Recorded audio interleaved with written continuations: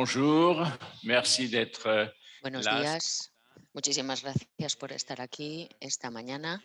Como vemos y sabemos, tenemos ahora una sesión sobre infecciología.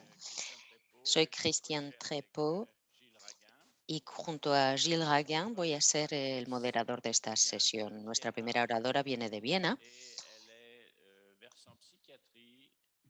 trabaja en psiquiatría y va a hablarnos de este tema de la infecciología en su país. Adelante. Gabriel Fischer tiene la palabra.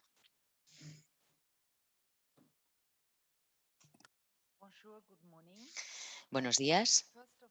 En primer lugar, quisiera decir que es un gran placer para mí no solamente estar en Biarritz de nuevo, sino también ver a todos los colegas, amigos, amigas de manera presencial. Muchas gracias a Sofía y a Arcaiz por invitarme. Estoy disfrutando estos días muchísimo. Es un placer también estar aquí. Yo soy psiquiatra de formación y estoy encantada de dar información sobre un estudio que hemos realizado sobre comorbilidad psiquiátrica en la infección de hepatitis C en cárceles austríacas. Estos son mis conflictos de intereses. Este trabajo ha sido parcialmente apoyado por Shire, Gilead y MSD, pero no tenemos mayores conflictos de intereses. En realidad, este estudio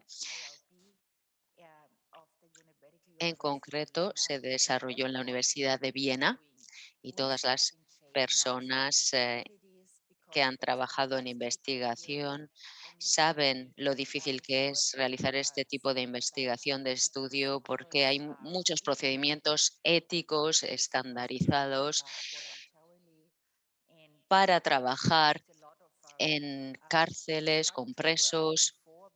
Es un trabajo que hay que estructurar muchísimo, hay que hablar con muchas autoridades penitenciarias que nos imponen muchos requisitos, como por ejemplo llevar a los presos a un área determinada para que puedan estar solos y tengan esa privacidad que necesitan durante las entrevistas que se realizaron.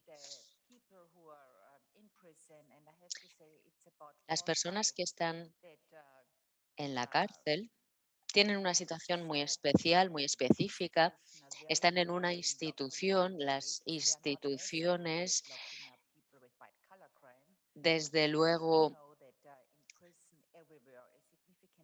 tienen su propio sistema. Existe un nivel de toxicomanía alto en las cárceles. Hay que utilizar, sin embargo, esta ventana de oportunidad que nos brindan las cárceles para tratar los trastornos debidamente, porque esto va a redundar en favor de la salud pública, como ocurre en el ejemplo que vamos a tratar de la hepatitis C. En Austria, en Francia también,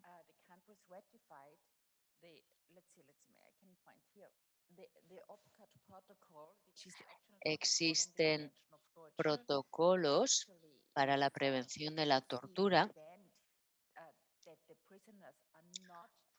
Si evitamos que los presos no sean maltratados, de esta manera podremos garantizar que los tratamientos estándares están disponibles.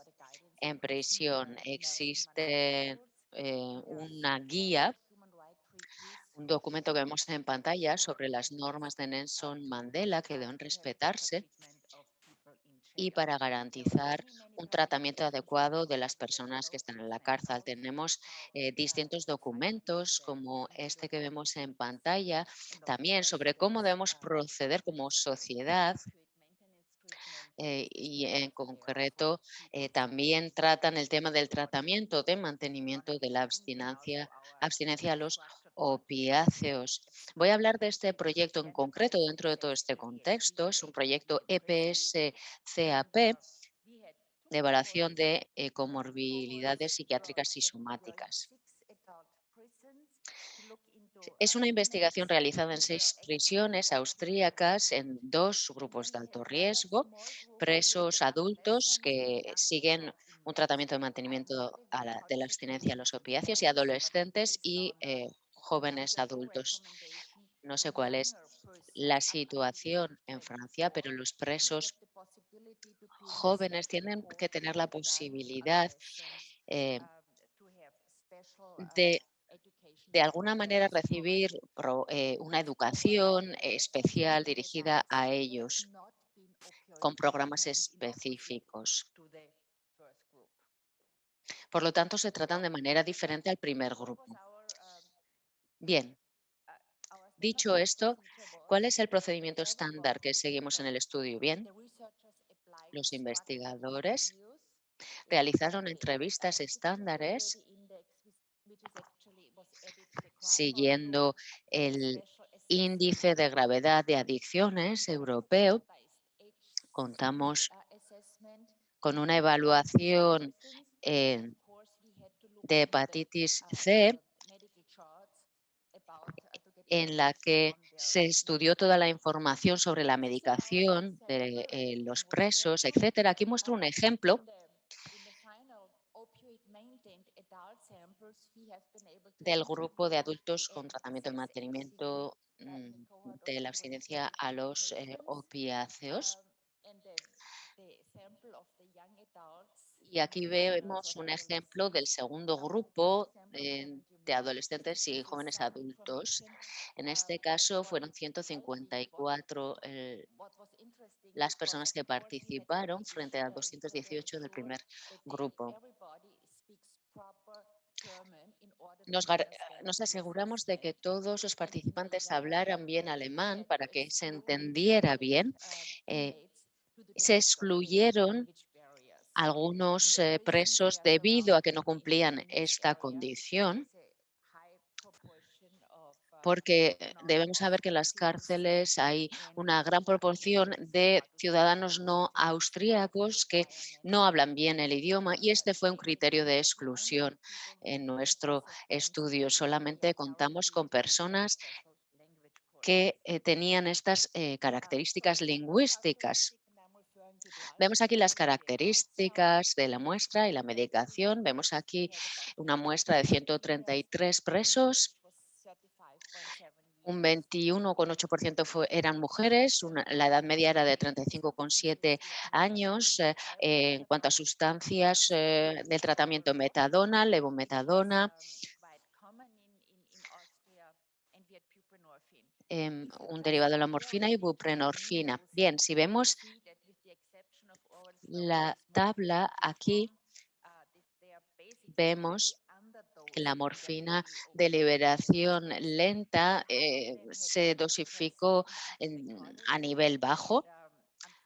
También la medicación utilizada en este grupo incluía antidepresivos, antipsicóticos, benzodiazepinas, como vemos en las tasas que vemos en esta tabla. Y también medicación para el trastorno de hiperactividad y déficit de atención, TDAH, solo un 3%. Los médicos de la cárcel no suelen querer añadir medicación estimulante cuando hay un tratamiento de mantenimiento de la abstinencia a los opiáceos. Eso es algo que debemos conocer. Muy bien, muy rápidamente. Vamos a ver cuál es la comorbididad psiquiátrica en el momento de la entrevista. Vemos aquí distintos grupos de comorbilidad. Las columnas oscuras son el grupo que recibía tratamiento de mantenimiento de la abstinencia a los opiáceos. El color más claro representa al grupo de jóvenes, que se trata, como he dicho anteriormente, de manera distinta. Vemos que el riesgo de suicidio es alto, sobre todo en las columnas oscuras. Vemos también que hay una gran cantidad de presos que todavía consumen droga en prisión. Esto es algo que no sorprende en absoluto realmente.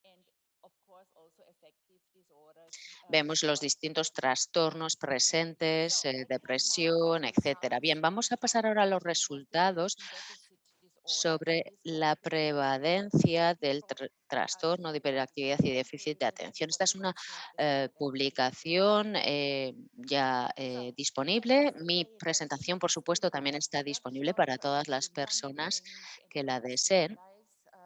Ayer, algunos oradores ya se refirieron a la alta prevalencia del TDAH. No sabemos lo que ocurre en la mente de estos pacientes. Como vemos aquí, ¿no? ¿Qué demonios es esto? ¿O hay solo mi mente? ¿No? Todo lo que hay detrás no lo conocemos. Vemos también el solape existente entre consumos de distintas sustancias. Vemos la alta comorbilidad de pacientes que sufren TDAH.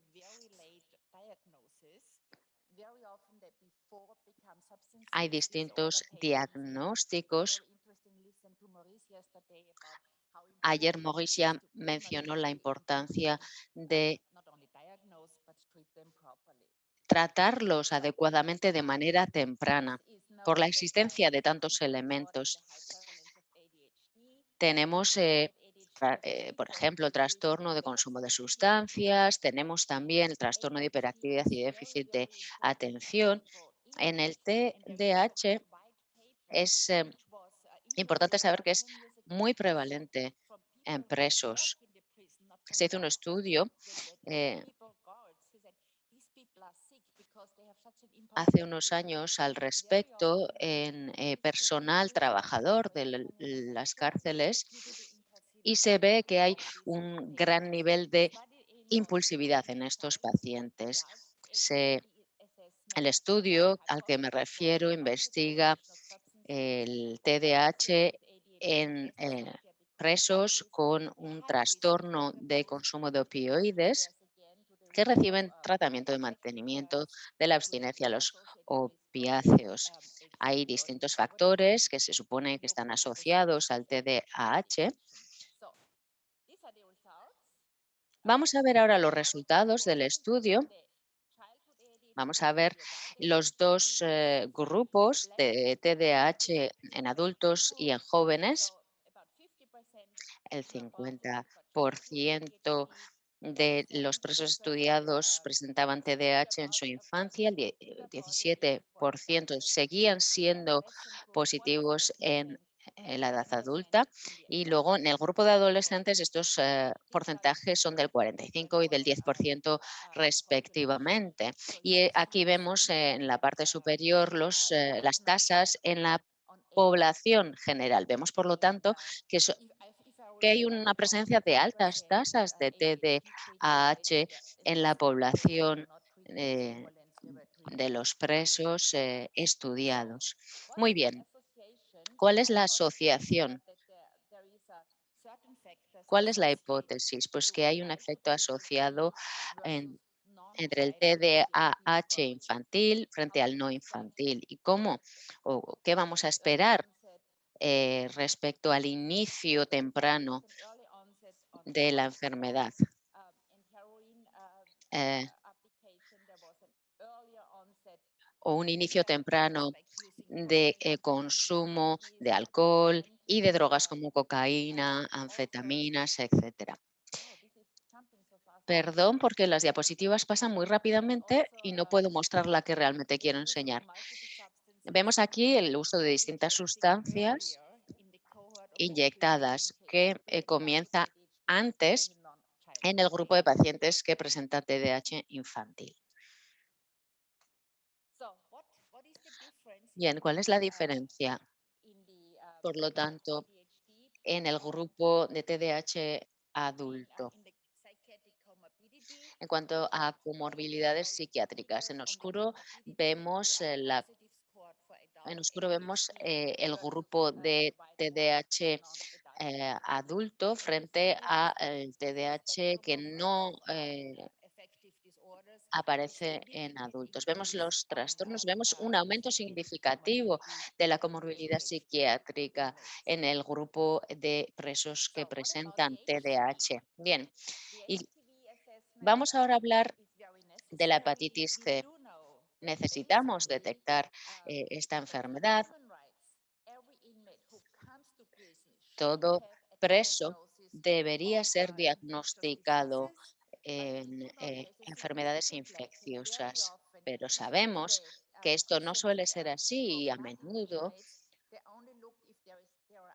solamente se les analiza para saber si hay anticuerpos, etcétera, pero no se realiza una evaluación adicional. ¿Por qué es tan importante realmente analizar la presencia o no, detectar la presencia o no de hepatitis C?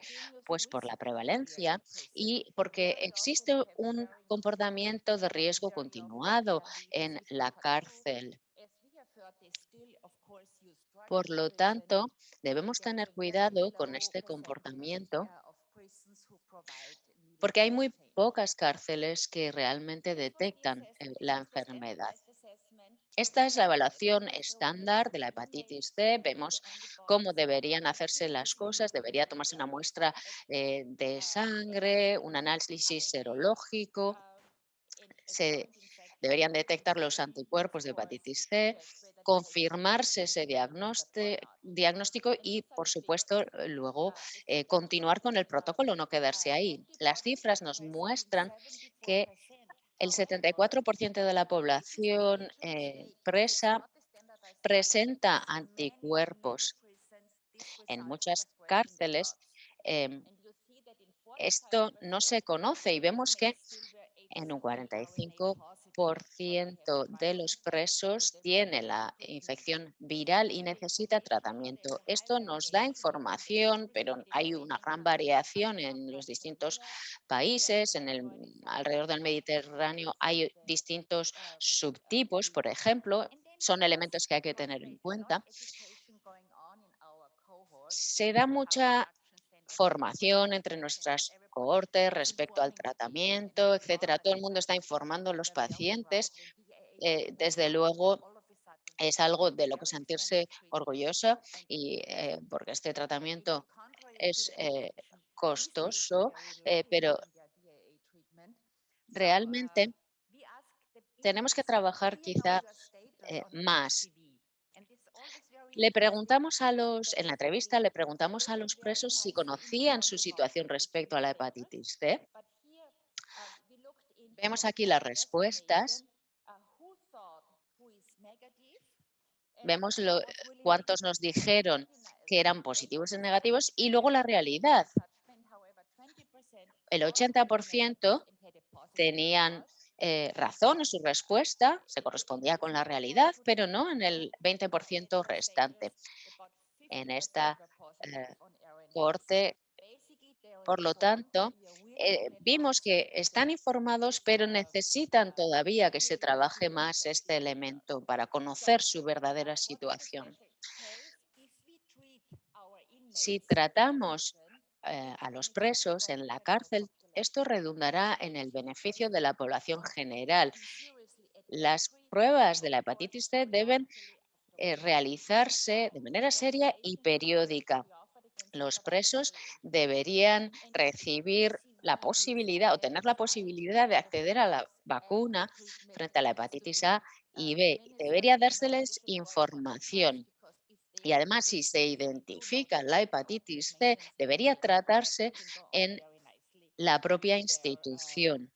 Eso, como digo, redundará en el beneficio de la población general. Este es el artículo publicado en 2019 sobre la infección de hepatitis C en prisión. Solamente una persona en el grupo de los jóvenes presos dio positivo en hepatitis C. Eso es interesante. Muchísimas gracias por su atención. Muchas gracias. Vamos a ver si hay preguntas. Los temas de las presentaciones son diferentes y propongo, por lo tanto, después de cada presentación, realizar las preguntas. ¿Qué presupuesto se dedica al tratamiento? Bueno, es una cuestión muy importante, por supuesto. Que yo sepa, en Francia, el ministerio siempre ofrece este servicio. Sin embargo, en mi país desgraciadamente, es el Ministerio de Justicia, no el de Sanidad, el que se encarga de esto. Entonces, hay muchos problemas en la investigación que se realiza por cuestión de la propia naturaleza del ministerio. Pero después de ese proceso de investigación, sí es verdad que se debate mucho con los presos individuales, porque con las prisiones, perdón, con las cárceles individuales, había una preocupación respecto al tratamiento. Se llegó a un acuerdo por el cual los presos que tienen una sentencia de más de 6 meses sí tienen acceso al tratamiento, que no responde a lo que indican los derechos humanos, pero es un inicio. Sí, es un factor limitador, es verdad. ¿Hay alguna pregunta más? Muchas gracias por esta presentación. Si el preso, el paciente, está en la cárcel por un periodo muy corto de tiempo, ¿cómo se gestiona el seguimiento de esa persona cuando sale para saber si está curada o no? Bueno, investigar en una cárcel no solamente difícil desde el punto de vista ético, sino también porque interfieres un poco con la vida en la cárcel, la propia vida de los presos.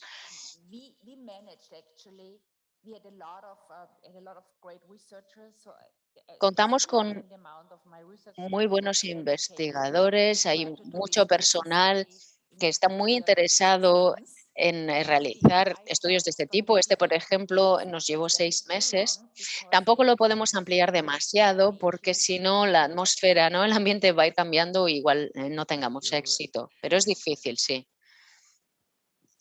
Oui, I have a question.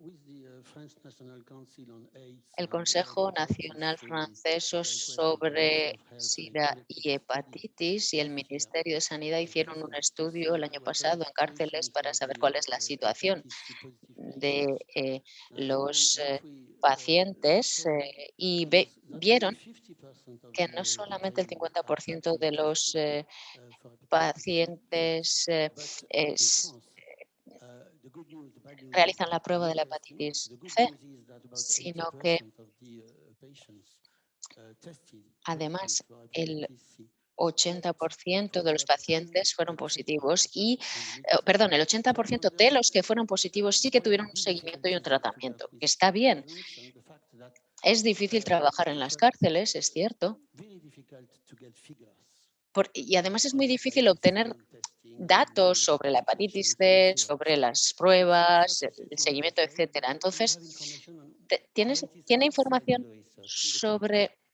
la parte más externa de la investigación? Bueno, yo creo que es muy importante estructurar los estudios, porque los estudios estructurados permiten seguir a cada preso y ver su estado. Si nos basamos en las cifras, desde luego habrá una infrarrepresentación, pues porque el personal rota mucho, porque es difícil. Solamente se puede hacer si tenemos un diseño estructurado. Solamente de esa manera vamos a obtener datos fiables. Por eso realizamos nosotros nuestro estudio de esta manera en pacientes con tratamiento de mantenimiento de la abstinencia a los opiáceos. Em, La evaluación del TDAH desde el punto de vista económico es muy importante también, porque si tratamos a los pacientes, a los presos, no solamente vamos a gestionar esa impulsividad, sino que vamos a reducir la recaída en la criminalidad y en el consumo de drogas. Por lo tanto, hay efectos muy positivos, desde luego.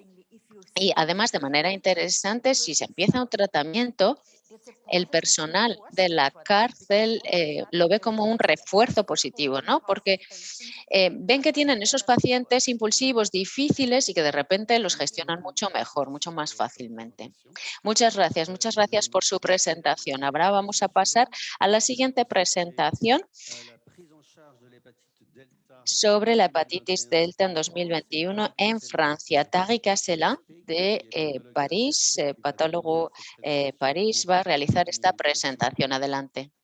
Muchas gracias. Buenos días. En primer lugar, quisiera agradecer a Jean-Pierre Galouet de estar aquí. Estoy encantado de estar con ustedes en este congreso tan amplio, con tanta diversidad, tan rico y con tantos intercambios. Voy a hablar de la hepatitis delta. También es un honor que Christian y Gilles me hayan invitado. Gracias también a Camille Perrier y a Dominique Rollo por la ayuda en la preparación. Estos son los puntos de interés. Soy también orador para el laboratorio Gilead y Eger. También hago ensayos terapéuticos para el tratamiento de la hepatitis delta, pero también tengo otros temas de interés. Fui 2 veces campeón del mundo con mis compañeros Zidane, Mbappé, y el año pasado fuimos campeones del mundo. Los objetivos pedagógicos de esta presentación son los siguientes: conocer la epidemiología de la hepatitis delta en Francia, saber detectar una hepatitis delta, conocer las consecuencias de una hepatitis delta y saber cómo tratar un paciente con hepatitis delta. Voy a intentar darles recetas sencillas para el tratamiento de estos pacientes. En primer lugar, hay que ver que la hepatitis delta fue identificada en 1917 por inmunofluorescencia en pacientes con hepatitis B. Es un virus que necesita la hepatitis B para infectar. Necesita el envoltorio de la hepatitis B. Es doble oportunista, necesita el virus B y también necesita la célula, y lo utiliza a ambos para su propio beneficio. Y en el documento original, Christian Tribot de Lyon fue uno de los autores de este artículo. El virus de la hepatitis delta, como ven, es ARN circular con muchos antígenos. La célula lo toma como si fuera un ADN, lo transcribe, lo replica y utiliza el envoltorio del virus de la hepatitis B para envolverlo. Y como utiliza el virus B o la célula, es muy difícil centrar las enzimas propias para intentar bloquearlo. Por tanto, la investigación es difícil. Es un virus muy pequeño y infecta a los enfermos graves. La prevalencia del delta en el mundo, aquí ven un mapa mundi, con cerca de 240 millones de enfermos crónicos de hepatitis B, y hay un 5% con una coinfección de delta, lo que supone una estimación de 20 millones de pacientes coinfectados con delta. Son estimaciones, evidentemente, en todo el mundo no hay acceso a la detección, en muchos países las pruebas no están disponibles, por tanto hay mucha diferencia entre 10 y 60 millones de infectados. Datos epidemiológicos.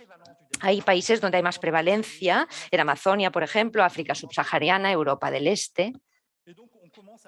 Y se va conociendo cada vez más su epidemiología. Las formas de transmisión, el B es como el delta, con relaciones sexuales, transmisión vertical de la madre al niño para los niños no vacunados, y cuando se comparten jeringas. Por tanto, las formas de contaminación son similares. La situación en Francia, se hizo un estudio del TAVIR con los centros que ven aquí que participaron. Es un estudio amplio con una cohorte de 1.112 pacientes con ARN delta detectable. Este estudio permitió establecer una cartografía de la hepatitis delta en Francia. La mayoría de pacientes son migrantes, la mayor parte de África subsahariana, un 52%, 20% de Europa del Este, pero también hay un cerca de 20% de franceses no vacunados y que contraen el B y el delta. Por tanto, hay que pensar en la presencia de esta enfermedad en cualquier persona que tenga la hepatitis B. La edad, por ejemplo, son personas jóvenes, 37 años de media, y estos son los factores de riesgo. Hay que pensar en los países endémicos, hay comorbilidades también, hay que preguntar siempre si se consume alcohol, sinergia también para la progresión de cirrosis, enfermedades como la obesidad y después en casos de VIH. Por tanto, hay coinfecciones víricas. Cuando se vean estos casos hay que preguntar, hay que intentar hacer el cuadro y buscar el C, cuando haya B, buscar VIH, buscar el delta. Hay diferentes genotipos. Emmanuel Gordien y Le Gall en el Centro Nacional de Referencia del Delta permitieron establecer estas cepas, un poco como en la hepatitis C. Hay mucha variabilidad del virus que hace que haya distintos genotipos, hasta el genotipo 8. Y será interesante en el desarrollo de las moléculas ver si estas moléculas son eficaces en todas las variantes del virus. Es interesante, pues, ver más desde el punto de vista antropológico que la virología permite seguir los movimientos de población y es un tema interesante del que podemos comentar. El perfil del paciente del delta, 86% son migrantes, pero hay una proporción también de autóctonos. Las coinfecciones comportan riesgos, uso de drogas, coinfecciones de VIH y también progresión de la enfermedad, progresión hacia la cirrosis. Este estudio se hizo en Estados Unidos y mostró que la mayoría de los pacientes con hepatitis B nunca se habían testado para la hepatitis D. Hoy en Francia se obliga, se olvida a veces, no se hace o no se piensa, pero aún así tiene que convertirse en algo sistemático. Si hay un aumento de transaminasas, por ejemplo, con una carga vírica, hay que pensar que hay otra causa, como puede ser el delta, hay que pensar que hay una sobreinfección y hay que pensar entonces en el delta. La historia natural del virus. La hepatitis puede ser aguda, si se contrae la hepatitis puede ser fulminante, no es muy frecuente, pero pues puede ocurrir, se puede curar y puede convertirse en crónica. Y con una evolución también puede llegar a la cirrosis o al carcinoma hepatocelular. Se han hecho distintos estudios que demuestran que el riesgo es superior respecto a otras hepatopatías crónicas como la hepatitis C, B sola, y hay más propensión a llegar a la cirrosis. Se sabe ya más, cada vez tendremos más información sobre la historia natural de la hepatitis delta. Si vemos que si hay un ARN detectable, hay más posibilidad de compensación hepática. Cuanto mejor se entienda y se sepa sobre el desarrollo de la enfermedad, mejor serán los tratamientos. Hay que parar en primer lugar la replicación del virus si está asociado a una mayor severidad, sobre todo. Los marcadores no invasivos no son interesantes en el delta. El fibrotest, hay estudios que demuestran que hay muy mala correlación. Hay algún estudio positivo, pero muchos son negativos. Y con ello llegamos a la innovación terapéutica, que son los tratamientos. La hepatitis delta afecta a 20 millones en el mundo. Hay que detectarlo siempre. Una persona que tiene la hepatitis B, hay que hacer la serología del delta, es una enfermedad grave que hay que tratar. Los tratamientos, gracias a la revolución con la hepatitis C, se han desarrollado muchas moléculas y están disponibles en los últimos años. Esto ha supuesto un aumento de la investigación y un gran entusiasmo. Muchos químicos hablan de tratamientos de estos virus. Y para el delta, lo importante es que entender cómo funciona la replicación del virus y sus fases y la entrada del virus a los hepatocitos permite conocer cada etapa y cada etapa puede ser un objetivo para el desarrollo de nuevas moléculas. Por tanto, el virus entrará por los receptores, el ANP, que es el mismo para el... Entonces, si se bloquea esta entrada, se bloquea la infección de los nuevos hepatocitos. Los hepatocitos infectados también se tienen que eliminar. Hay tratamientos directos y antivirales indirectos, como el interferón lambda. También hay inhibidores de la fermentación que se están desarrollando, ya está en fase 3. Es interesante porque este medicamento también trata a enfermedades raras, los niños que, por ejemplo, que envejecen rápidamente, demasiado pronto. Este medicamento permite estabilizar la membrana basal, por tanto es un medicamento para enfermedades raras, el lonafarnib, que también sirve para este virus. delta. Y también están los NAPS, que están para desarrollos más precoces. Por tanto, se está investigando, pero esta investigación sí, sirve para detectar a más enfermos, para proponerles tratamientos.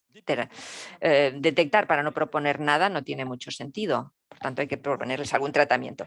El interferón P, que se ha utilizado mucho, que está en todas las directrices, las directivas europeas,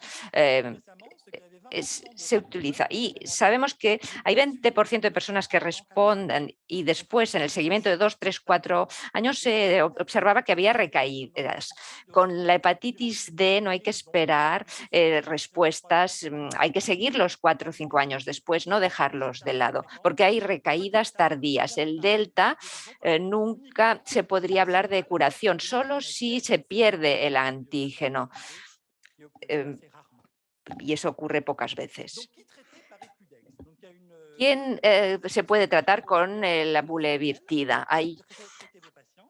Se puede tratar a pacientes. Se hace primero una reunión de concertación pluridisciplinar para todas las enfermedades delta en pacientes adultos con cirrosis descompensada con ARN detectable, y se da prioridad a los F2, F4 con cirrosis más avanzada con riesgo de decompensación. ¿Cómo se hace el test inicial? En primer lugar, en virología se ve la situación inicial para ver la carga vírica inicial del delta. No hay que olvidar el B, la serología del VIH-C y VIH. En caso de cirrosis hay que hacer una ecografía para detectar cáncer de hígado y establecer el score de Child-Pugh. ¿Cómo tratarlo? Hay varios tratamientos. El paciente lo puede hacer él mismo, es un tratamiento fácil, se puede hacer como tratamiento de mantenimiento como el B, se bloquea la replicación, está bien tolerado. También se puede asociar al interferón pegilado con el fin de tener un tratamiento que suprima el antígeno HB. El delta bloquea la replicación del HB. Si se bloquea el delta, hay riesgo de reactivación del B. Por tanto, es mejor proteger a los pacientes para que no ocurra. ¿Cómo hacer el seguimiento de la eficacia? Pues hay que ver las transaminasas, la inflamación, la carga vírica del delta. Se considera que si hay una disminución, una cinética valorable a 24 semanas, es un argumento positivo. Y pérdida del antígeno HBs. Hay que hacer un estudio cada 6 meses, se estudian los ácidos biliares también, se hace una ecografía. Los ácidos biliares es importante, a veces hay que estudiarlos. No hay prurito. En este caso no hay prurito como efecto secundario, simplemente una molestia en la zona de inyección y hay que ver que la tolerancia pues sea adecuada. Resumen para la bulivertida. La monoterapia con bulivertida está bien tolerada, se puede combinar con interferón alfa pegilado. Hay que saber cuál es la duración adecuada y ver el resultado a largo plazo, pues, ver que no haya cáncer, que no haya cirrosis. Un algoritmo, todo paciente de hepatitis B hay que ver que no tenga el D, hay que hacer anticuerpos anti-VHD. Hay test faciales muy sensibles. Si es negativo no hay problema, si es positivo hay que ver la carga vírica del D. La PCR hay que hacerla en un laboratorio de referencia porque como PCR hay algunas caseras que no tienen muy buena calidad, por tanto hay que poder repetir una PCR y que sea buena. Si es negativo no quiere decir que no tenga delta porque hay fluctuaciones, hay que renovarla, hay que hacerla de nuevo. Si es positivo hay que hacer el análisis de cirrosis, etcétera, y tratar con bulivertida o con interferón pegilado. Y por último, una recomendación con Francisco Negro y otros colegas para ver las futuras necesidades del tratamiento de la hepatitis delta. para ver los objetivos, qué tendremos que demostrar, disminución del cáncer, evidentemente, disminución de las restricciones en trasplantes, objetivos a largo plazo, pues. Y por último, para respetar mi tiempo, los puntos fuertes, todo paciente con hepatitis B hay que detectar que no tenga hepatitis delta, serología del delta, y hay que renovarlo si tiene factores de riesgo, si es usuario de drogas, si tiene relaciones sexuales múltiples, si hay factores de riesgo hay que repetir. Se complica a menudo con cirrosis y con carcinoma hepatocelular, y también está recomendado de detectar este carcinoma. Se basa el tratamiento histórico en el interferón pegilado varias veces por semana, como para la hepatitis B o antes la hepatitis D. Hay un nuevo tratamiento que ha recibido una autorización de comercialización, Prudex, se podrá comercializar en Estados Unidos. Todo paciente con hepatitis B, no en caso de cirrosis descompensada, 2 miligramos una vez al día por inyección subcutánea, y se sigue el tratamiento mientras haya beneficio clínico. La vacunación contra el VHB es el mejor tratamiento preventivo para el VHD. Muchas gracias por su atención. Muchas gracias. Tenemos un poco de tiempo para las preguntas. No sé si hay alguna pregunta en la sala. Sí, muchas gracias, Taid, por esta buena, espléndida presentación. Los italianos hace 20 o 30 años, con la hepatitis delta en el sur de Italia, donde los drogadictos estaban muy contaminados, decidieron clusterizar y abandonar a estos pacientes. Y se ha visto que hay mucho hepatitis delta entre los usuarios de droga, y por tanto nos has mostrado que no hay que dejarlos de lado, hay que acercarse más a los usuarios, a los de drogas. En el mapa que has presentado también está Alaska, donde hay mucha hepatitis B y puede haber D, pero no hay datos, y en cambio es un departamento americano. ¿Cómo puede ser que un estado abandone a sus enfermos delta? Y en Francia son trabajos de nuestros colegas de los departamentos de ultramar, de Guadalupe, etcétera. ¿Cómo hacer para acercarse más a estos pacientes? Y que es donde, por ejemplo, hay más hepatitis B en Francia. Gracias por esta pregunta, me permite aportar más información, y es interesante. En primer lugar, no hay una correlación perfecta, y hablo entre la prevalencia del B y del delta. Hay regiones donde puede haber B y no delta, y otras en que hay más delta y no B. En Camerún hay 10%, por ejemplo. Hay que ser prudente en cuanto a las regiones.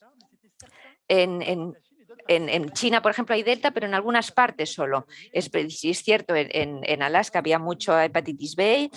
Los datos quizá no se han hecho detecciones, no se sabe por qué, pero es cierto, hay que estar muy atento, hay que hacer mucha detección, mucho diagnóstico, y para acercarse más a los drogadictos, ¿cómo hacer? Pues actualmente hay un reembolso de la Seguridad Social. Si hay un test positivo de hepatitis B, se podrá hacer un análisis complementario para buscar el D. Por tanto, a través de las nuevas recomendaciones se podrá buscar la presencia de D. También Stephanie Urban desarrolla también un programa para el D, pero es un estudio todavía muy preliminar. Es un punto importante, porque no hay reglas para la epidemiología del delta. En Amazonia hay mucha, en pueblecitos a 10 kilómetros, por ejemplo, unos son muy positivos y otros no. Mauritania, por ejemplo, tiene un índice de delta enorme, y en cambio en Mali menos. Es decir, hay mucha variabilidad. Nos falta el hilo conductor de la epidemiología del delta, porque no responde a los movimientos clásicos de población, y por tanto para los toxicómanos es un caso individualizado. Por tanto, la estrategia de Tariq es la adecuada. No sé si hay alguna pregunta más. Yo tengo una. Como es muy grave, hay que saber que el 50% de los delta que tendrán cirrosis al cabo de unos años y que tendrán cáncer al final, en países donde hay prevalencia importante, habrá muchos pacientes con cáncer a 40 años. Con la bulvertida creo que hay que utilizarla enseguida, como decías, como norma. Se puede tratar, sabemos. No podemos dejar de lado estos pacientes, no se pueden abandonar. La OMS nunca ha escrito nada sobre el virus delta. Sí, redactaremos las recomendaciones europeas sobre el Delta, pero estoy totalmente de acuerdo porque un paciente que no se trata es una lástima, como pasaba al principio con la hepatitis. Hay que tratar a los pacientes. Muchas gracias, Tariq. Bueno, pues ahora tenemos el placer de Vamos ahora a llamar a Pascal, al estrado a Pascal Melin, un militante Melin. desde siempre, un fiel participante en ATHS. Pascual, tienes la palabra. Bien, muchas gracias. Mesdames, Messieurs, merci. Merci à Jean-Pierre et à Archives de m'avoir permis d'être là encore avec vous cette année. Très content de voir des têtes sans masque et de voir que malgré des virus qui nous embêtent, on peut venir causer de virus et se retrouver, et ça fait énormément plaisir, bien sûr. Jean-Pierre a la gentillesse de m'inviter pour essayer à chaque fois de mettre un pied de côté, de faire autrement, de parler autrement des hépatites. Je vais essayer de reprendre le challenge cette année, de vous parler d'une tentative de dépistage différente par les pairs. Il y a 2 ans, j'étais venu vous parler de la pêche à la mouche, puisque vous vous souvenez qu'en 2025, on doit avoir éradiqué l'hépatite C. C'est ce qu'est l'objectif politique que s'est fixé la France. Au niveau mondial, on a mis 2030, mais nous, les Français, on dit toujours non, on va y arriver plus vite. On dit 2025. Et puis, il y a certains qui commencent à dire « Oh ouais, mais attendez, il va y avoir les Jeux Olympiques, ça va être compliqué. » Puis, on a pris du retard avec le Covid. Moi, je dis non, on va y arriver. 2025, on va y arriver. Donc, on avait dit la pêche à la mouche, c'était aller au plus près des patients, c'était aller chercher le patient. Et c'est ce que vous avez tous fait. Et je vais vous proposer d'aller encore un cran plus loin. Alors, juste une diapo pour rappeler les choses. L'hépatite C au monde, c'est 70 millions de personnes infectées, c'est 20% seulement diagnostiquées et c'est 1,5% de patients traités. C'est une goutte d'eau. On vient, il y a quelques années, pour la première fois, de passer l'équilibre.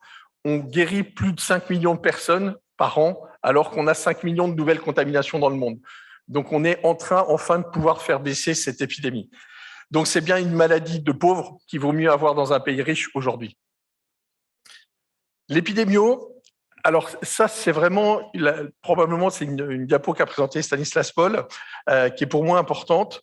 Vous voyez qu'en 2017, les choses ont changé avec l'accès universel et qu'on a vu l'épidémie baisser en population standard. Combien il reste d'hépatite C? On n'est pas foutu de le dire aujourd'hui en France correctement, on fait des estimations. On a probablement passé la barre, on est en dessous de la barre des 100 000, on est probablement vers la barre des 60 000. Juste, j'aime bien la barre des 60 000 parce que ça veut dire qu'il y aurait une personne sur 1000 en France qui serait atteinte d'hépatite C. Et ça, c'est un chiffre qui me parle. Ça veut dire qu'aujourd'hui, en population générale, il faudrait qu'on fasse 1000 tests pour en trouver un. Et pourtant, il y a des populations réservoirs, et on les a nommées. Ces populations réservoirs, c'est les migrants, c'est les patients VIH, c'est les prisonniers et c'est les usagers de drogue. Vous voyez, dans les courbes qu'on a mis volontairement en dessous, on voit que chez les patients VIH, il nous a fallu 10 ans, mais on les connaissait, les co-infectés VIH, VHC. Mais ça y est, on va réussir à avoir traité toutes les hépatites C de nos co-infectés. Les prisonniers, on en a déjà parlé, c'est un boulot qui continue d'être fait, qui reste à faire, qui est compliqué, mais c'est une épidémie qui tout doucement baisse. Et vous voyez que la courbe jaune, les migrants, ça reste compliqué parce qu'en fonction des pays d'immigration, on a plus ou moins d'hépatite C et on récupère l'épidémie des pays d'origine, bien sûr. Et puis, il y a nos usagers de drogue, cette courbe bleue. Vous voyez qu'on a baissé et qu'on a du mal à faire stagner. On a guéri et probablement que c'est le réservoir qui nous restera demain. Quand on demande au ministre de la Santé, nous à SOS Hépatite, l'éradication, c'est pas amener à zéro, c'est à un moment arrêter, c'est réduire. Vous acceptez d'arrêter à combien? Combien vous accepterez qu'il reste de patients? On arrêtera à 10 000, à 15 000, à 20 000, à 40 000. Et c'est probablement à partir des usagers de drogue qu'éventuellement ce cluster pourrait faire renaître l'épidémie, remettre le feu aux poudres. Donc c'est important, quoi qu'on fasse dans l'accès aux soins des usagers de drogue, de maintenir coûte que coûte une RDR puissante, forte et efficace pour éviter que cette épidémie reparte chez les usagers de drogue. Les traitements, ils sont là. Donc oui, on a la paire gagnante. La paire gagnante, on l'a dans les mains, bien sûr. C'est soit 3 comprimés pendant 8 semaines, soit 1 comprimé pendant 12 semaines. On l'a tous. Ça, c'est acquis. On a aussi le brelan. Le brelan, aujourd'hui, on l'a, c'est quoi? C'est de pouvoir faire des TROD, c'est de pouvoir faire du gène expert avec des charges virales en moins d'1 heure pour prouver que les patients sont bien virémiques, et c'est le fibroscan. Donc vous allez me dire, on a le carré gagnant, il suffit d'ajouter le traitement. vous avez le carré, effectivement, vous avez ces 3 outils et vous avez un traitement efficace. Donc là, on peut aujourd'hui, en moins d'1 heure, faire un TROD, faire un fibroscan, faire un gène expert et vous repartez avec une ordonnance de traitement. Mais alors, comment on pourrait faire une canne flush? Parce qu'aujourd'hui, ça, c'est pas suffisant, il faut encore faire mieux. Ben voilà la proposition. Pardon. Oups, on peut reculer. Excusez-moi. Encore une diapo en arrière. Voilà.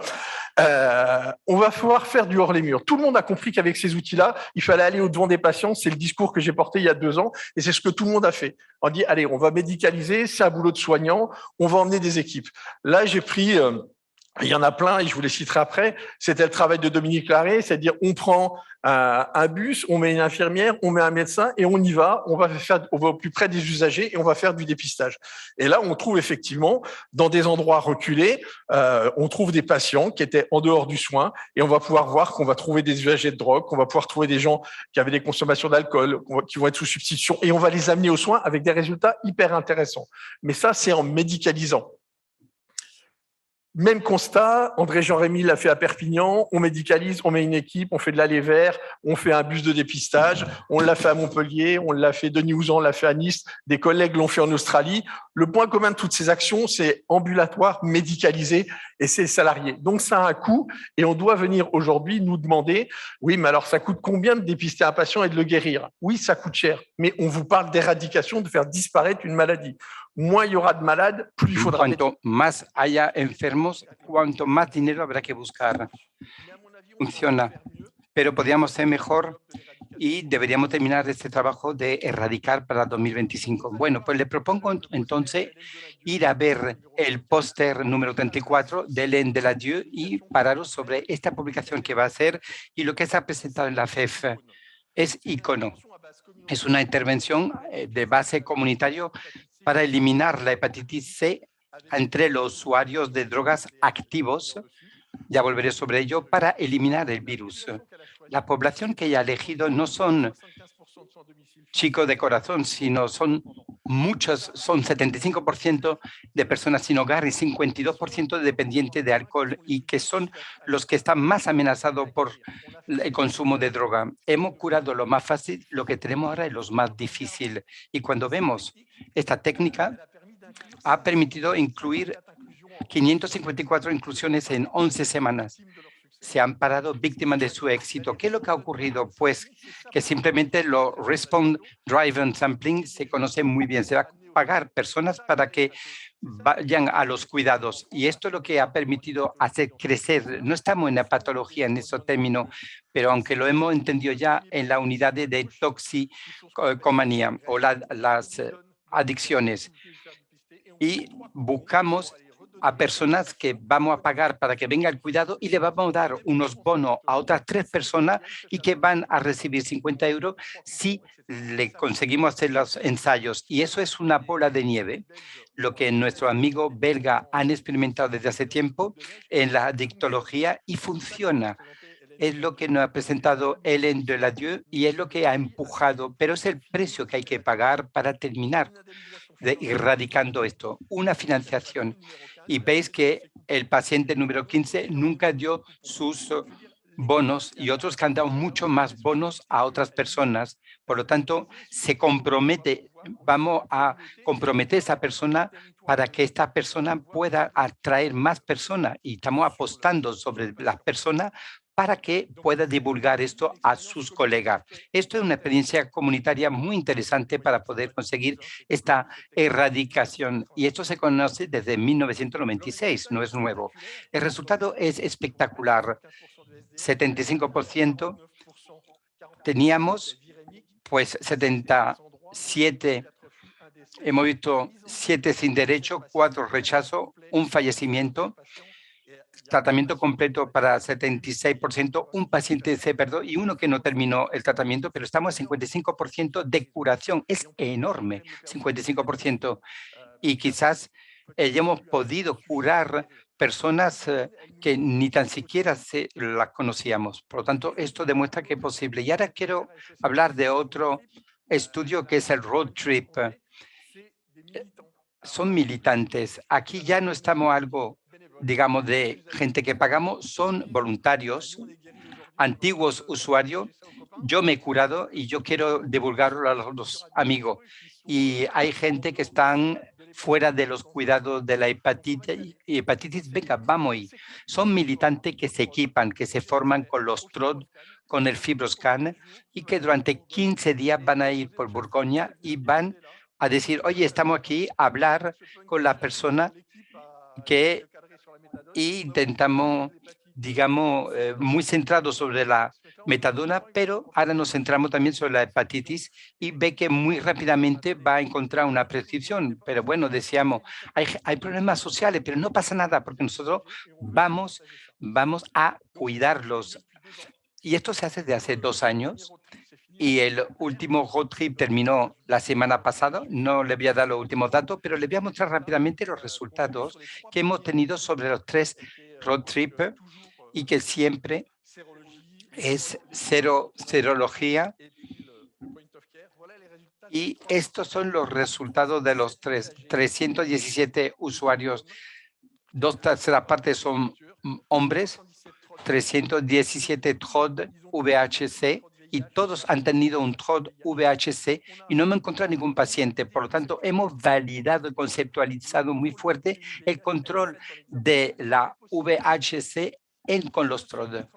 Luego, 285 TROD VH negativo, 32 fueron TROD VHC positivo. Hay 3 que lo han rechazado, que no tienen tiempo porque se van y demás.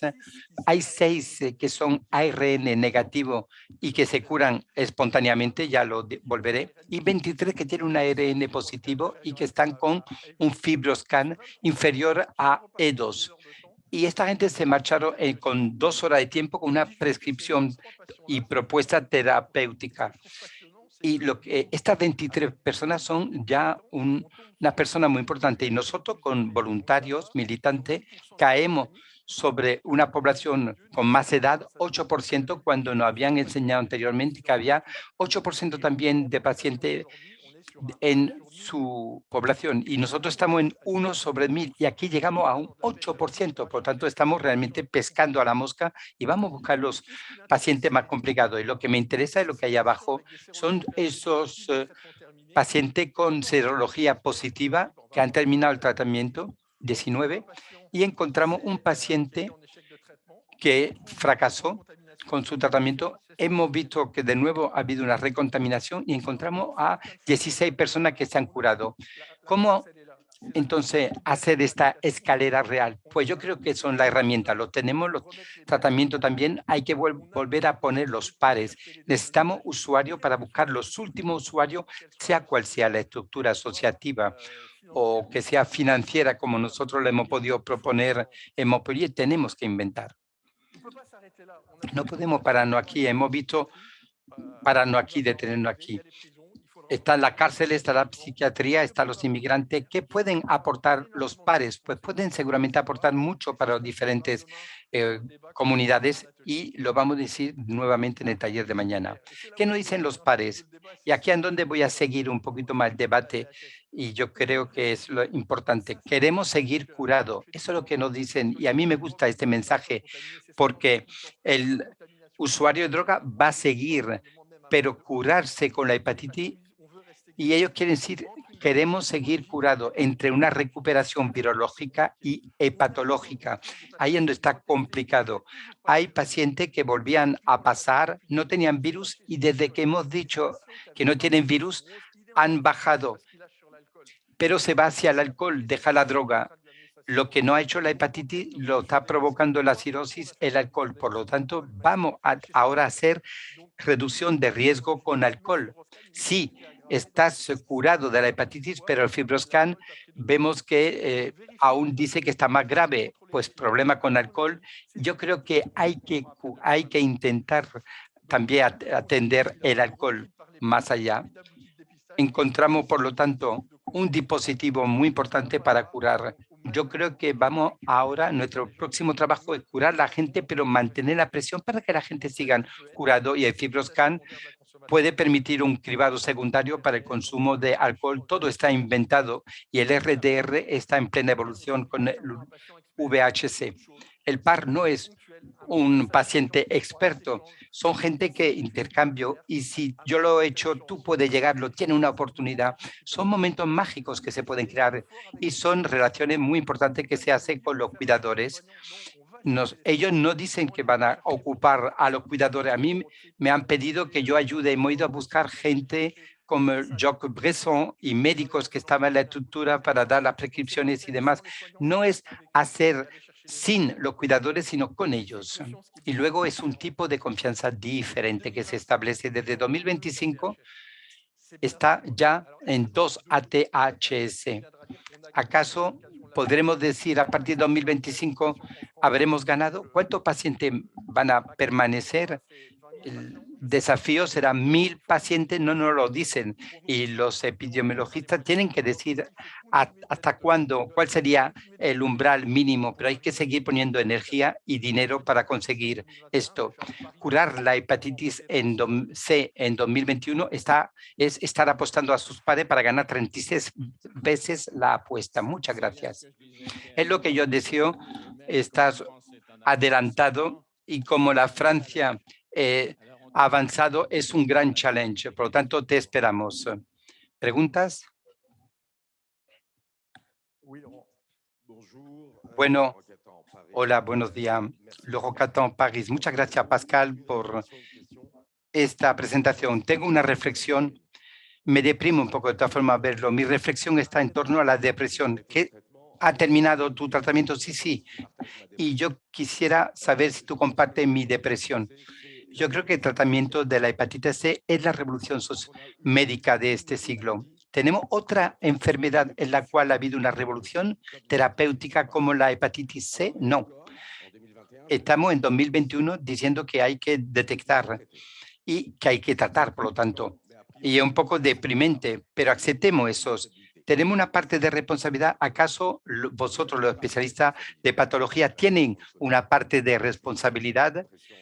Y voy a hablar un poquito más de mi depresión. ¿Acaso el confundir, digo bien, la detección y el seguimiento de la fibrosis con el tratamiento de la hepatitis C en las recomendaciones, por ejemplo, tratar una hepatitis C virológica y eliminando todas las posibilidades, ¿acaso no es el problema de que no consigamos erradicar el virus como tal? Hablemos de la enfermedad del hígado después. Si ahora hace un ARN y tratamos, los médicos se van a poner a hacer detección. Si por otra parte le decimos tiene que evaluar en su paciente si tienen comorbilidad, que es el caso de todos los pacientes, que sean adictos o otros pacientes que tienen más de 50 años con tratamiento. Todos tienen un poco de colesterol y de otros problemas. Mientras que no hayamos arreglados, hacemos un ARN, tratamos y después vemos la fibrosis,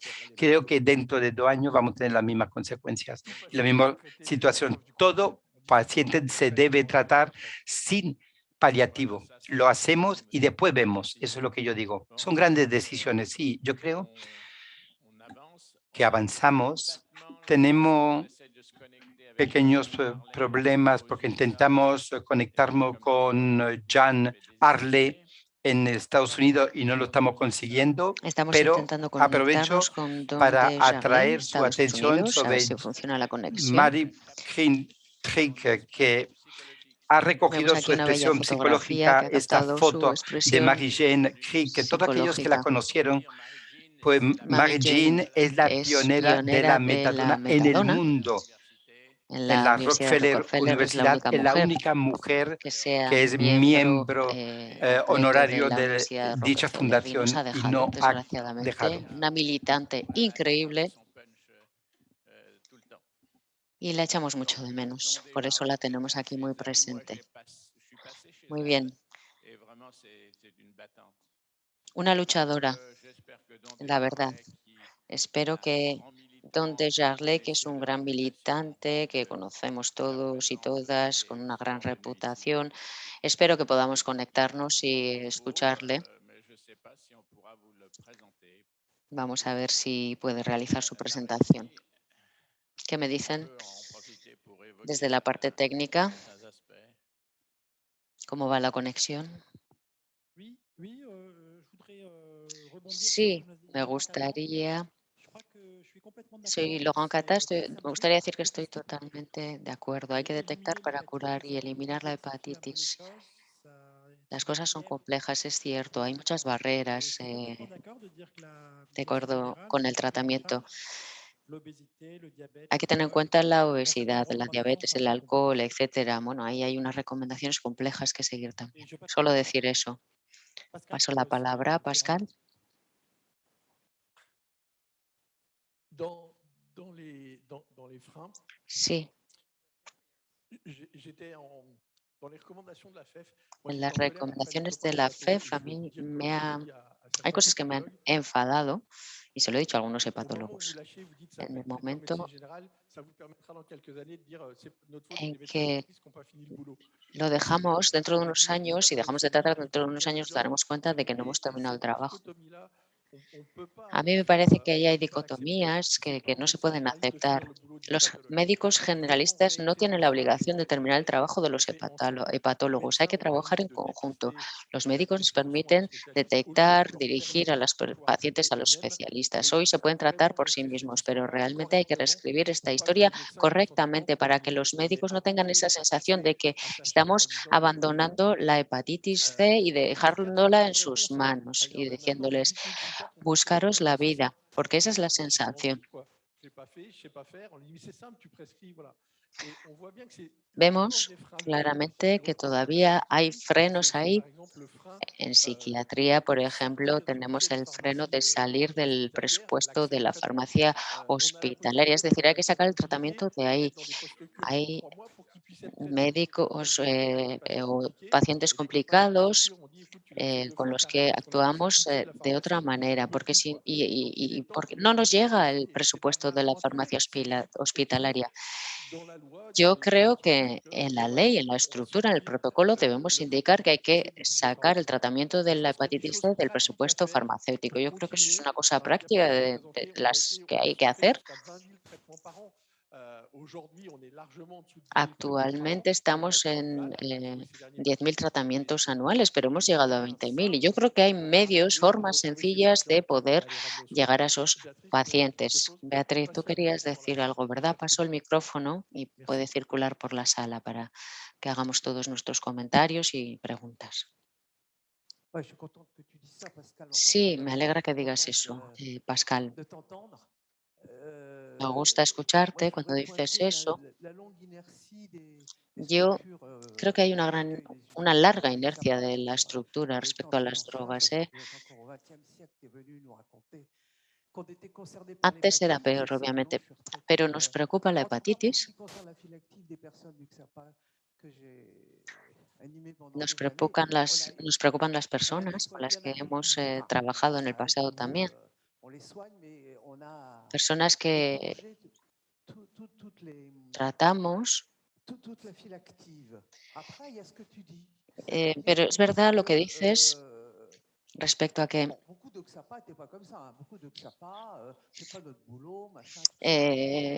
dicen, hay muchas personas que dicen, bueno, eso no es mi trabajo, obviamente ese es un problema y yo creo que hay que movilizar a las personas. Hay que movilizar a quienes trabajan con autoapoyo, etcétera. Nosotros en Marsella, en nuestro sistema, tenemos un autobús que hemos llamado autobús Hepatin. Trabajamos en Marsella y alrededores. Y hemos utilizado también el sistema de mecenazgo, es decir, una especie de padrinos, de personas que ya se han curado y que ayudan. Es gente tratada con interferón, que ha sufrido mucho y que pueden aportar mucho. Esta gente pues ha estado en formaciones, en cursos y además han ayudado mucho a sus pares. y que se han encargado de personas individuales, les han acompañado en su tratamiento, etcétera. A mí me parece que hay que diversificar las posibilidades que se pueden ir aplicando para llegar a más pacientes. Hay que aprovechar esa experiencia, el conocimiento, que no tiene que ver con los diplomas universitarios en absoluto, sino con la experiencia personal. En Marsella hay gente que entiende todo esto, hay gente que no tanto. ¿No? Esos reservorios activos del virus no van a venir a las salas de espera de los hepatólogos. Son los profesionales, somos los profesionales, los pares, los que tenemos que ir a por ellos. Sí, hablando en un café con un colega, me decía que una enfermera le acompañó a hacer test a 2 pacientes a un parking subterráneo. Y fíjate, pues los 2 dieron positivo. Eso es impresionante.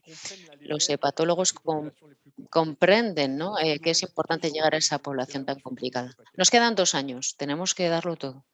Bien, écoutez, on va passer les diapos de Don Desjarlais et de l'équipe, des équipes qui sont associées à ce projet, qui est un projet financé par la NRS et le NIDA, qui se déroule au Vietnam depuis déjà plusieurs années et qui associe une équipe l'équipe de Don Desjarlais, donc à la New York University, et puis des partenaires vietnamiens, particulièrement les partenaires de santé communautaire, le CHU de Nîmes et puis le XAPA Pierre-Nicole, comme vous le voyez sur cette diapositive. Alors après, je ne sais pas comment on passe. Ah, tu les as, d'accord.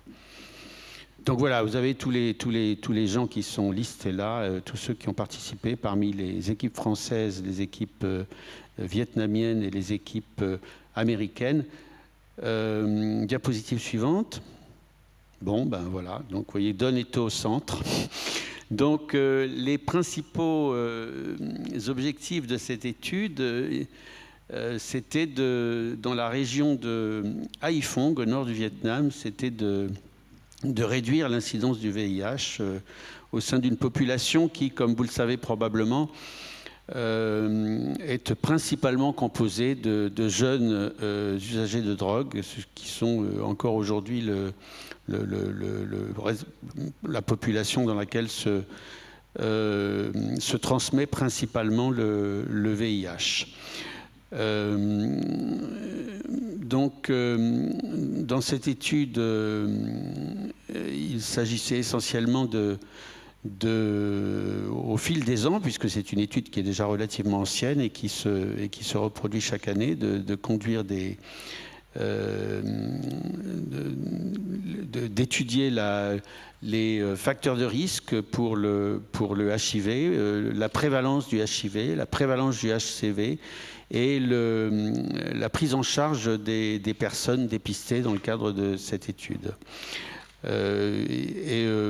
Il s'agit. Alors, vous savez, j'improvise un peu parce que d'abord, je ne connais pas les diapos, mais je connais bien le contexte du Vietnam où on conduit, nous aussi, une étude avec l'équipe de Jean-Pierre et des collègues américains. Et je connais le contexte de Haiphong. Donc, excusez-moi si de temps en temps, je bafouille un peu sur les diapositives que je découvre en même temps que vous. Cette cohorte, la cohorte qui est suivie par l'équipe DRIVE est une cohorte de 400 personnes. Et pardon, ce sont les HIV négatifs, excusez-moi, et pour la partie HIV positive, ils sont suivis non seulement au départ pour le dépistage, mais ensuite pour la prise en charge intégrée, c'est-à-dire aussi bien la prise en charge des addictions que celle de l'infection à VIH. Diapositive suivante, vous n'hésitez pas à ajouter des choses. Hein. Mais ça donne un temps ce traitement. Oui, voilà. Donc ils utilisent une technique, une méthode que vous connaissez bien, hein, qui est la méthode dite de boule de neige, Respondent Driven Sampling, et les super recruteurs, on en a parlé tout à l'heure à propos de l'hépatite C, avec un modèle un peu similaire en France, pour recruter des personnes additionnelles dans la cohorte. à travers un système de coupons. Il n'y a pas ici de rémunération, comme le montrait tout à l'heure dans l'étude française sur l'hépatite C pour les recruteurs, pour faire entrer de nouvelles personnes dans la cohorte, mais il y a un système d'incitation qui est principalement basé sur des services de soins pour les personnes qui participent à ce recrutement ou à cette cohorte. Et les organisations communautaires qui sont utilisées sont assez efficaces et assez développées, contrairement à ce qu'on pourrait croire dans un pays comme le Vietnam où tout est contrôlé par le parti, même aujourd'hui encore, même si c'est moins visible. Il y a un réseau relativement autonome, relativement indépendant d'organisations communautaires, et notamment SCDI, qui est l'organisation dont vous avez vu le logo au tout début, qui a des antennes un peu dans tout le pays, et particulièrement dans le nord, mais aussi un peu dans le sud, et qui a beaucoup travaillé sur le VIH au fil des ans, et travaille maintenant aussi sur l'hépatite C. Diapositive suivante. Bon, vous avez là la population d'études, en sachant qu'au Vietnam, il y a quand même une particularité notable, c'est que de temps en temps, au fil des élections municipales ou régionales ou nationales, les progressistes perdent les élections et les conservateurs les gagnent. Et quand les conservateurs sont au pouvoir, régionalement ou nationalement, il y a assez régulièrement des campagnes des rafles chez les usagers de drogue, qui sont alors détenus dans des rehabilitation centers, qui en fait sont des centres de détention où est pratiqué un sevrage brutal. Oui, et ils vont rester là pour une période maximum de 4 ans, mais il est rare qu'ils sortent avant 2 ans. Donc c'est toujours très compliqué, parce que quand on gère des projets, notamment des projets de recherche au Vietnam, il arrive régulièrement que brusquement le recrutement s'assèche, parce qu'à l'occasion d'une fête nationale ou d'un événement politique local, les gens sont raflés et il est quasiment impossible ou très difficile d'obtenir leur sortie. On y arrive de temps en temps, ça nous est arrivé à Saigon d'arriver à faire sortir ceux qui étaient recrutés dans notre programme de recherche. Je ne sais pas si les amis de Drive ont la même facilité avec les autorités militaires et de police de Haiphong. Mais enfin, ça complique singulièrement les choses, et vous voyez qu'il y a une circulation des individus entre la prison et la cité. Diapositive les 3000 en rouge sont ceux qui sont en traitement méthadone. Voilà. Diapositive suivante. Oui, alors les difficultés rencontrées, c'est précisément ce que j'ai anticipé sur la diapositive, ce que je viens de vous expliquer, c'est-à-dire les interférences de police avec la prise en charge des usagers de drogue. Le fait qu'il y a assez peu de ressources financières disponibles. Cela dit, la méthadone est payée par l'État, ainsi que les services de délivrance de méthadone qui couvrent à peu près le territoire national. Les difficultés d'avoir du personnel formé, la stigmatisation qui est toujours très forte, même si tout de même, au fil du temps et au fil des ans, nous avons vu, et je pense qu'à Saigon en tout cas, mais à Haiphong c'est probablement la même chose, que finit d'y avoir quand même une certaine tolérance vis-à-vis des usagers de drogue et des personnes séropositives. Ça a diminué par rapport à ce que c'était dans le passé.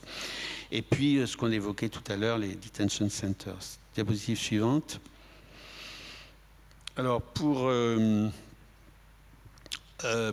donc mesurer l'incidence... Para medir la incidencia en el periodo del estudio,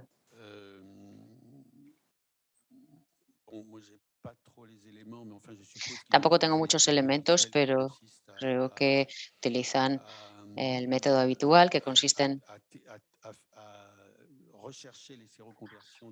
buscar una seroconversión en la población estudiada.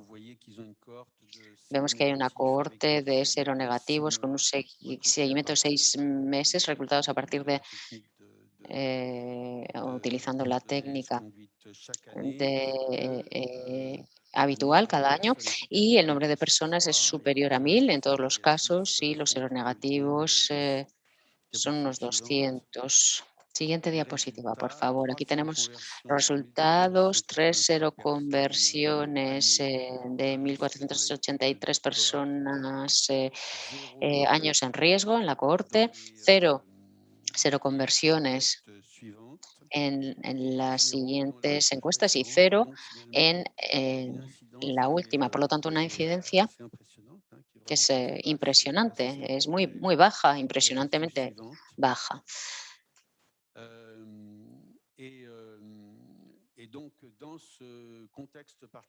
En este contexto en concreto de Vietnam,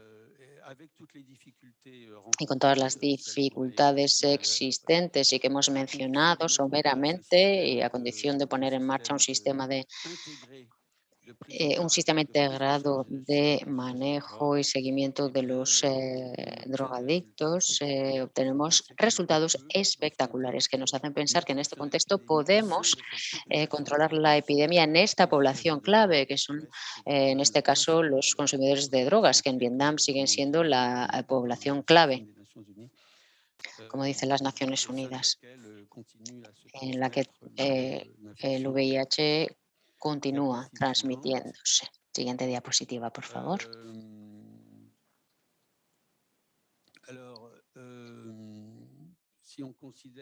Si tenemos en cuenta la población general de Vietnam, de consumidores de drogas, creo que se hace alusión a esta población en esta diapositiva. Observamos que las características son que existe una cascada de cuidado, es decir, un exceso de detección, un acceso, perdón, a la detección, un acceso o una gran eficacia de tratamiento en cuanto a negativación de la carga viral. La incidencia es inferior a 1 por 1.000 personas, hay menos del 5% de consumidores de droga activos que transmiten el VIH,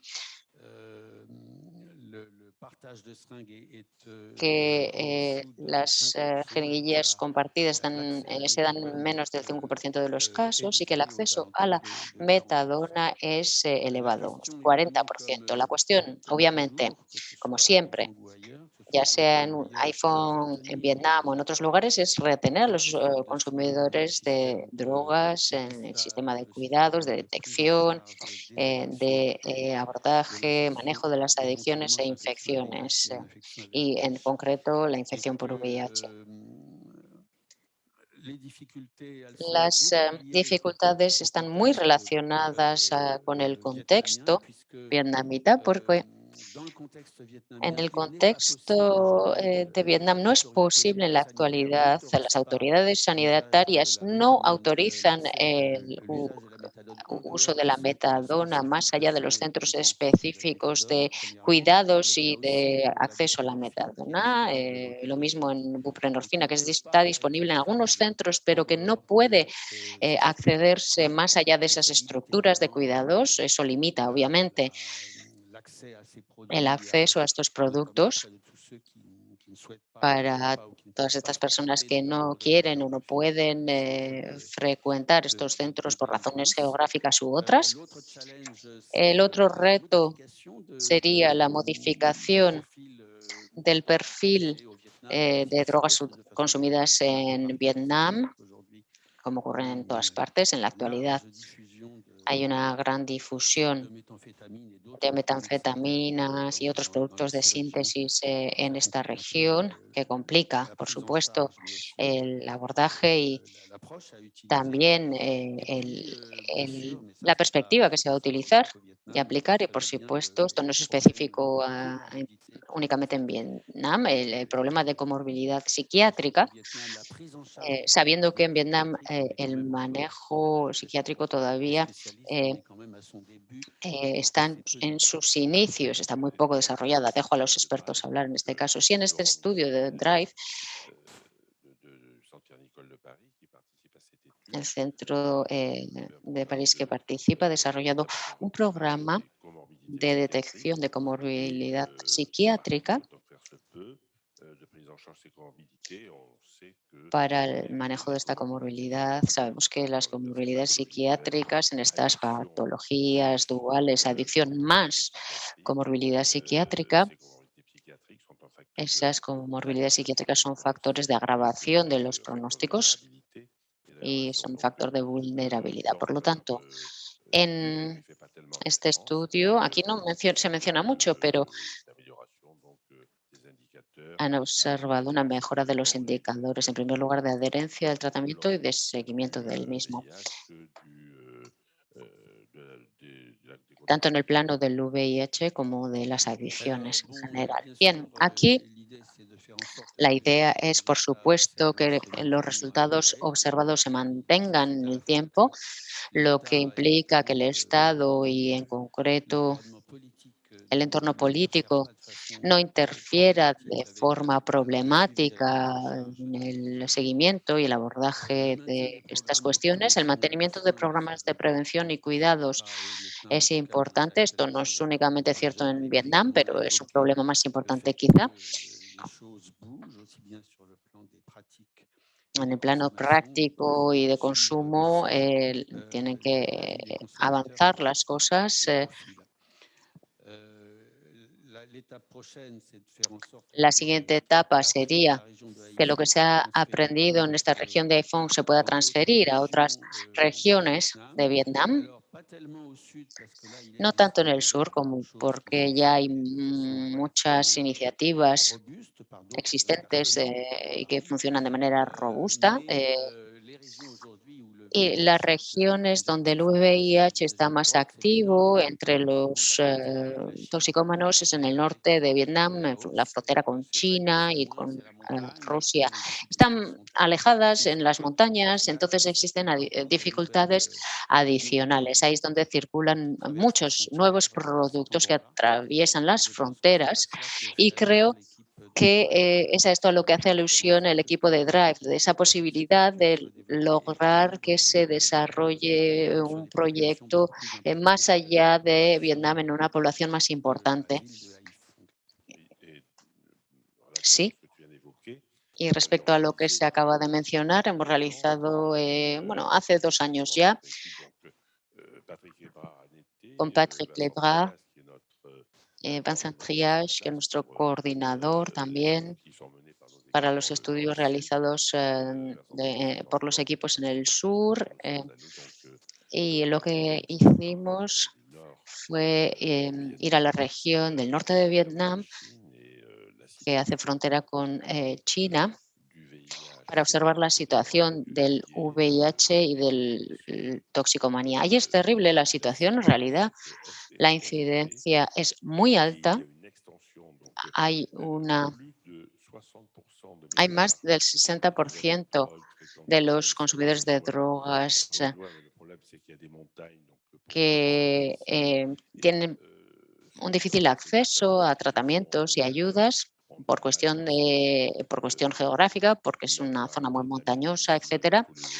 La ley vietnamita no ayuda. El domingo es día de fiesta y no se puede, por lo tanto, desplazar la gente a ningún centro donde pueda recibir ayuda en ese día. Por lo tanto, por todas estas cuestiones, pues hay una alta contaminación de las parejas sexuales y en general la incidencia de el VIH en esa región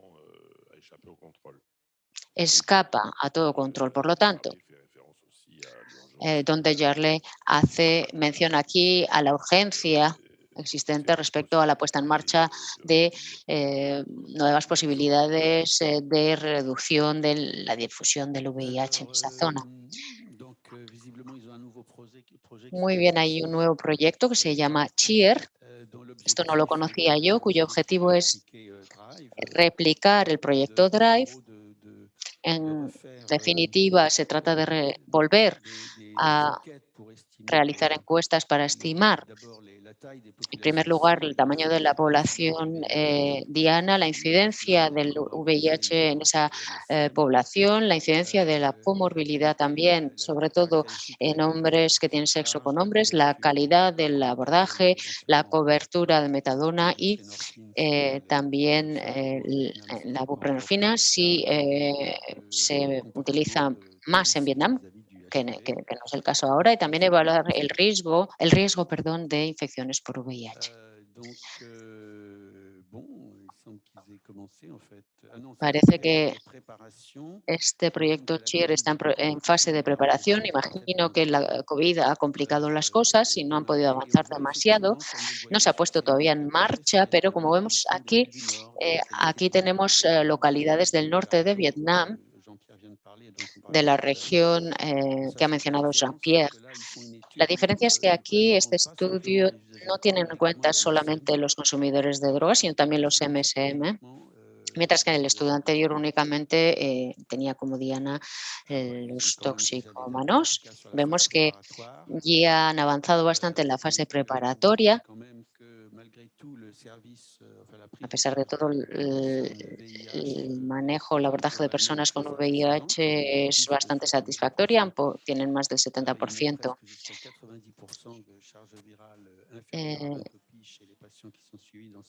de carga viral baja. Vamos a pasar a la diapositiva siguiente sobre las conclusiones. A través de los resultados de DRIVE observamos que en un país como Vietnam, donde las cosas no son fáciles, se puede trabajar. Los países ricos son capaces de llegar casi a la erradicación. La erradicación no es un término que me guste, a la casi ausencia total de transmisión y circulación del VIH, diría mejor, en la población diana de consumidores de drogas.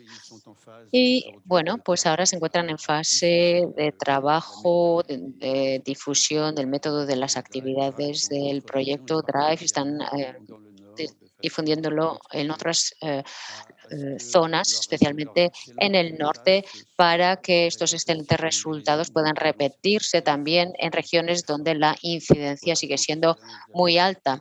Yo creo que esta es la última diapositiva. Lamentamos muchísimo que Don Desjarlais no haya realizado su presentación él mismo, pero hemos hecho todo lo que hemos podido.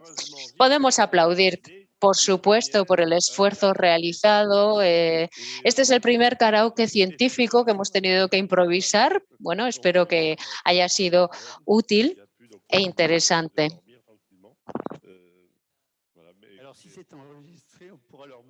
Si ha quedado grabada esta presentación, podríamos compartirla con Don Desjarlais, ¿por qué no, verdad? Muchísimas gracias por su atención. Damos por finalizada esta sesión. Volvemos a las 12:15 en sesión plenaria. Muchas gracias.